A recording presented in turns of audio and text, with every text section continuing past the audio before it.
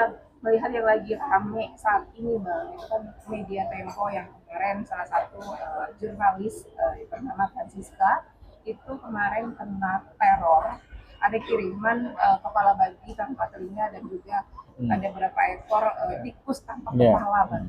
Abang melihat seperti ini bagaimana? Ya, ini kan pertama jurnalis ini kan, Tempo ini kan Temponya apa perusahaannya, kemudian ada jurnalisnya namanya Francisca. Kemudian ada kiriman paket buat beliau kan, isinya kepala babi yang pertama, yang kedua tikus.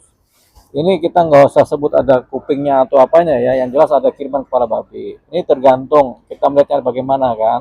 Tapi yang jelas kalau udah ada kepala babi, kemudian ada kiriman tikus juga yang nggak punya nilai, nggak punya makna secara baik, tentunya atau maknanya secara buruk ini sudah pasti. Karena kepala babi dominan buruk, tikus juga dominan buruk. Jadi kemudian kita beranggapan bahwasanya ini pengirimannya atau pengirimnya punya niat-niat buruk gitu, pesan-pesan buruk atau cerita-cerita buruk. Karena apa? Karena mungkin merasa terganggu karena ini adalah jurnalis, pemberitanya mungkin kemudian menyudutkan atau kemudian membuat buruk si yang bersangkutan pengirim, akhirnya dikirimlah si kepala babi dan tikus ini. Ini kemudian niatannya adalah buruk. Niatan buruk ini sebenarnya adalah pesan yang sifatnya intimidatif, pesan intimidatif supaya pihak jurnalis maupun Temponya berhati-hati. Itu aja, sampai di situ dulu kan. Nah, kemudian apakah kemudian pesan-pesan ini bisa dianggap sebagai suatu posisi pelanggaran hukum? Jawabannya atau tindakan yang merupakan pidana hukum? Jawabannya adalah iya. Karena ini kiriman yang tanpa diinginkan dan kemudian bermakna buruk begitu kan, dan yang dikirim juga yang buruk-buruk begini kan, karena sudah jadi bangkai dikirim kan. Beda kalau yang dikirim masih pada hidup, mungkin beda lagi kan, tapi karena ini sudah mati, sudah ada penggal-penggalannya, jadi dianggap sebagai sesuatu yang buruk. Nah, ini adalah bentuk intimidatif yang kemudian bisa dianggap sebagai upaya-upaya menghalang-halangi kebebasan pers, yaitu menghalangi supaya jurnalis atau Tempo ini kemudian tidak bersuara. Tidak bersuara tentang apa kita nggak tahu gitu. Tapi jelas ini sudah termasuk kategori kriminal, yaitu tindak pidana melanggar kebebasan pers gitu. Bang, kemudian juga tak hanya itu aja Bang, setelah kemudian tanggal 21 Maret kemarin dari kantor redaksi menerima pesan ancaman melalui medsos juga Bang, dan di mana di akun Instagram salah satu netizen mengirim pesan bahwa berisi ancaman teror yang dilakukan hingga dalam tanda kutip kantor Tempo itu mampus gitu. Maksudnya ini merupakan ancaman di media sosial. Iya, itu termasuk ancaman, termasuk intimidatif melalui teknologi ITE kan, berarti melalui medsos kan. Jadi itu sudah bisa tuh mulai dari sana untuk kemudian diselidiki siapa sih pelakunya. Dari medsos tadi kemudian bisa diselidiki. Jadi intinya ini sudah ada tindak pidana, makanya kemudian sudah dilaporkan oleh Tempo sendiri kan ke Mabes Polri kan, karena sudah terjadi tindak pidana. Ini sudah terjadi peristiwa pidananya, peristiwa hukumnya, waktu dan tempatnya sudah terjadi, tinggal siapa pelakunya. Karena pelakunya belum ketahuan, tentunya lagi diselidiki oleh pihak Bareskrim kan. Nah, pasalnya sudah ketemu. Pasal tentunya yang pertama adalah Undang-Undang Kebebasan Pers, kemudian yang kedua adalah perbuatan tidak menyenangkan, pengancaman, kemudian intimidasi, itu sudah masuk ke pasal-pasal yang tadi saya sebutkan ya. Tadi tinggal pihak penyidik bekerja, pihak Mabes Polri bekerja. Bang, tapi ini melihat adanya ancaman atau teror seperti ini, kita balik lagi ke kasusnya Munir Bang. Mendiang Munir itu kan sebelumnya ini kan juga sempat istrinya juga mendapatkan bangkai ayam, Ya. dan ada ancaman pembunuhan. Apakah ini seperti itu juga nantinya atau seperti itu kira-kira? Pola-pola ini kan mirip ya. Kalau kita dibandingkan dengan kasusnya Munir dengan yang sekarang, tentunya punya kemiripan pekerjaan prosesnya ya. Tapi kita nggak berharap sampai terjadi hal yang sama. Paling tidak ini sudah kemudian dikejar oleh pihak kepolisian, dicari siapa pelakunya supaya jangan sampai terjadi yang seperti itu. Begitu. Tetap setiap tindakan-tindakan yang kemudian merugikan masyarakat, kriminal, pasti nanti ketahuan siapa pelakunya. Ini pun nanti akan ketahuan siapa pelakunya. Jadi memang bisa diperbandingkan, tapi harapannya tidak seperti yang terjadi di masa lalu. Jadi ini teror-teror yang kemudian bisa diminimalisir oleh pihak aparat kepolisian atau penegak hukum. Jadi harapannya itu, karena Tempo kan kemudian lantas segera melaporkan ke penyidik Bareskrim kan, supaya ini diproses, dicari siapa pelakunya. Jadi memang ada mirip, tapi jangan sampai ujungnya sama.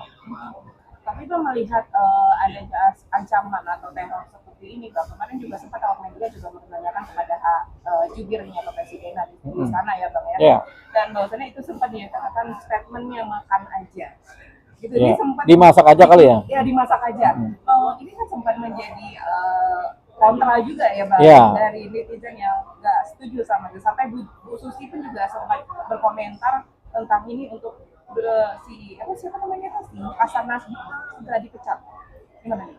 Ya, ini tergantung sudut pandang ya. Jadi ada orang yang kemudian menganggap suatu keadaan yang seperti ini itu keadaan yang biasa atau bisa diterima, ditoleransi. Ada juga banyak yang beranggapan ini nggak bisa ditoleransi karena ini sudah benar-benar ancaman kan, intimidasi kan. Jadi mungkin pihak si juru bicara ini dia dalam posisi ini biasa aja, bisa ditoleransi. Tapi ini kan menurut pikiran dia, begitu. Jadi apa yang dia pikirkan kemudian apa yang dipikirkan orang lain berbeda, gitu. Jadi karena pikiran dia ini kan bisa ditoleransi sehingga dia mudah mengucapkan kata-kata. Nah, ini suatu kritik juga karena jangan juga kita bekerja atau berbicara berdasarkan pikiran kita. Kita harus juga kemudian belajar memikirkan apa yang dipikirkan orang lain, begitu. Nah, ini mungkin karena si juru bicara pemerintah ini di pikiran dia enteng-enteng aja, udahlah dimasak aja, atau kemudian dibikin apa gitu kan. Kalau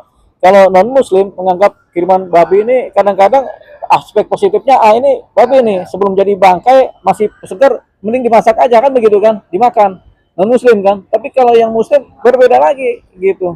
Jadi ini sudut pandang ini terkait dengan pikiran masing-masing kan. Nah, perbedaan sudut pandang ini kemudian tidak bisa kita memakai satu sudut pandang kemudian menggampangkan persoalan, karena ada persoalan yang satu orang anggap gampang, satu orang anggap susah gitu. Jadi kita harus mengakomodir semua persoalan secara kompleks gitu. Jadi omongan juru bicara ini memang bahasanya adalah offside ya. Offside kenapa ya? Karena nggak sepatutnya dia bicara begitu di negara yang multi etnis, multi agama begitu. Karena ada agama yang boleh, ada agama yang melarang begitu kan. Di agama Kristen, agama Hindu boleh makan babi, di agama Islam nggak boleh, kan udah suatu hal yang berbeda. Nah, kalau ini kita melihat dari sudut pandang satu sisi, ini namanya nggak patut juga. Jadi kita melihat secara kompleks. Begitu juga dengan posisi ini ancaman, intimidasi. Mungkin sudut pandangnya oleh juru bicara ini ayo enteng-enteng aja, tapi dari pihak yang lain ini berat, ini sangat naif sekali kalau dibilang ini enteng gitu, sehingga terjadi kontradiksi. Nah, ini sebenarnya yang harus dilakukan oleh juru bicara tadi, mengcover semua pemikiran sehingga dia kemudian bijak dalam mengambil suatu cerita pembicaraan atau pendapat terhadap adanya pengiriman babi yang kalau sekarang tikus kan gitu. Ini harus hati-hati. Tapi yang jelas langkah-langkah tegas dari pemerintah harus ada. Dan kemudian Kapolri kan sudah bicara ini harus kemudian segera diproses, diusut kan gitu kan, sudah dijalankan juga gitu. Jadi ya inilah satu kritik, dan kemudian kritik ini kemudian ditanggapi secara mendalam oleh Bu Susi kemudian menanggapi ini sebagai suatu hal yang sangat mendalam, yang sangat bermakna, dan kemudian mengkoreksi titik offset dari si juru bicara gitu. Mudah-mudahan ada titik temu di antara mereka untuk penyelesaiannya. Yang jelas kita lebih kepada posisi hukumnya bagaimana dan siapa pelakunya itu. Jadi dua itu, hukumnya bagaimana, siapa pelakunya harus segera didapat supaya tidak menimbulkan keresahan di masyarakat, khususnya bagi Tempo, majalah Tempo atau koran Tempo atau jurnalis Tempo. Bang, ini kan jurnalisnya terornya ini tunjukkan langsung sama spesifiknya seseorang. Si Tempo ini. Ya. Baiknya kalau jadi Cica itu harus ada perlindungan hukum kah, atau mungkin karena kan ini dia jadi aktivitasnya takutnya ada pembunuhan atau apa gitu. Jadi pesan-pesan ini ditujukan spesifik ke satu orang. Bisa memang benar arahnya ke sana, bisa memang ini cuma pengalihan begitu. Dialihkan ke Siska, sebenarnya targetnya pihak lain gitu. Ada beberapa kemungkinan kan. Jadi ya kita anggap ini kalau satu posisi begini berarti Siska harus Cica ya. Francisca kan? Iya. Jadi si Francisca ini harus dilindungi. Tapi sisi lain bisa jadi pengalihan untuk menarget pihak yang lain kan. Jadi kita belum tahu siapa sebenarnya targetnya, tapi walaupun ditujukan atas nama si Francisca ini. Jadi ini memang pekerjaan pihak penyidik kepolisian. Makin cepat didapatkan pelakunya, motifnya makin bisa ketahuan seperti apa, tujuannya seperti apa. Tapi kita karena yang dikirimkan kepada yang namanya Siska, kita bisa mulai bertanya kepada Siska apa aja materi-materi yang kemudian beliau sampaikan di dalam publik, di dalam apa pemberitaan di publik ya, apa tulisan-tulisan dia atau wawancara dia di medianya dia kan, gitu kan. Itu satu sisi. Cuman ada dua kemungkinan, bisa memang arahnya kepada si Francisca, bisa juga pengalian sebenarnya bukan Francisca yang tujuh tapi pihak yang lain. Tapi Bang, kalau misalnya kita flashback ke tahun 94 itu kan Tempo juga dulu sempat dicabut izin persnya gitu ya Bang. Terus juga karena sempat juga adanya seseorang yang berkuasa pada saat itu yang meminta negosiasi kepada Tempo karena pada saat itu Tempo sedang membongkar kasus korupsi kalau nggak salah itu yang pembelian pesawat bekas ya pada saat itu zamannya Soeharto.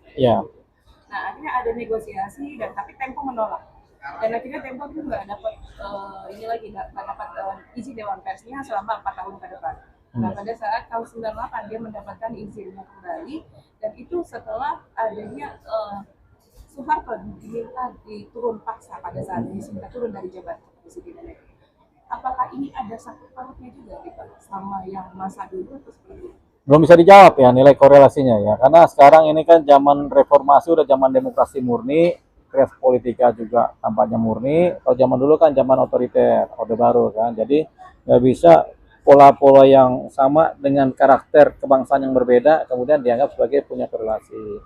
Tapi perilakunya mungkin sama-sama meneror. Tapi kan kita nggak tahu siapa pelakunya. Jadi kita nggak bisa kemudian membuat ini sebagai suatu keadaan yang mirip. Situasinya mungkin mirip, tapi pelakunya dan maksud tujuannya berbeda. Gitu. Jadi ya sudah, kita nggak bisa memastikan siapa pelakunya dulu sebelum ketahuan. Dan kemiripannya memang iya, tapi maksud dan tujuannya kita nggak bisa pastikan apa. Apakah sama, apakah orang yang sama atau apa, kita nggak bisa pastikan. Karena apa? Belum ada pembuktiannya, belum ada terbukti siapa pelakunya kan. Jadi bisa kita kemudian berasumsi begitu, bisa. Hanya sekedar asumsi, tapi nggak bisa kemudian kita membuat suatu generalisasi bahwasanya, oh ini pelakunya jangan-jangan sama, ini jangan. Kenapa? Perilakunya mirip, banyak sekali kan orang berperilaku mirip, tapi pelakunya bisa beda-beda. Tujuannya juga bisa beda-beda, motifnya juga beda-beda. Jadi sampai perilakunya aja yang kita bilang mirip, tapi pelaku maupun motifnya dianggap belum ada. Gitu. Bang, ini kan tadi kalau ada juga pro kontra ini pemberitaan ini, ada juga yang bilang katanya ini adalah gimmick dari Temponya sendiri. Membuat isu ini karena pelalihan juga. Andai kata memang itu gimmick, ada hukum, ada undang-undangnya nggak sih Bang? Iya, ini gimmick ini adalah pikiran kita juga bahwa ini jangan-jangan gimmick, ini pikiran-pikiran negatif. Itu sepanjang, jadi banyak pikiran-pikiran negatif, banyak dugaan-dugaan negatif maupun dugaan positif yang kemudian berkembang. Ini salah satunya adalah itu, jangan-jangan ini gimmick kan gitu. Tapi sepanjang ini belum ada buktinya, nggak bisa juga kita bilang begitu. Jadi tetap segala macam motif, salah satu motifnya adalah itu, salah satu tujuannya itu, tapi nggak bisa kita sebutkan sebagai itu, sebagai suatu posisi ya. Jadi kita hanya bisa menduga-duga. Ini juga bagian dari menduga-duga. Nah, kita nggak bisa menganalisa juga terlalu jauh terhadap hal yang masih menduga-duga, apalagi dugaannya macam-macam kan. Dugaan A, dugaan B, dugaan C, dugaan E, kan begitu kan, D, kan gitu. Nah, kita nggak bisa terfokus di sini. Oh, kita duga ini terus kita analisa, nggak bisa juga. Jadi kita tunggu aja hasil dari penyidikan kepolisian. Seperti apa, bagaimana pelakunya, baru kemudian kita melakukan korelasi maksud dan tujuannya, motifnya apa. Paling pasti cuma ada di persidangan nanti setelah ketahuan siapa pelakunya. Tapi ini kemungkinan besar bisa ketahuan pelakunya. Gitu. Jadi ini dengan adanya kejadian seperti ini itu merupakan ancaman terhadap kebebasan dulu. Ya tentunya udah pasti secara hasil ini adalah kebebasan pers yang diancam. Hasilnya itu. Hasilnya adalah kebebasan pers diancam. Motifnya apa belum tahu, siapa pelakunya belum tahu, gitu. Tujuannya apa juga belum tahu.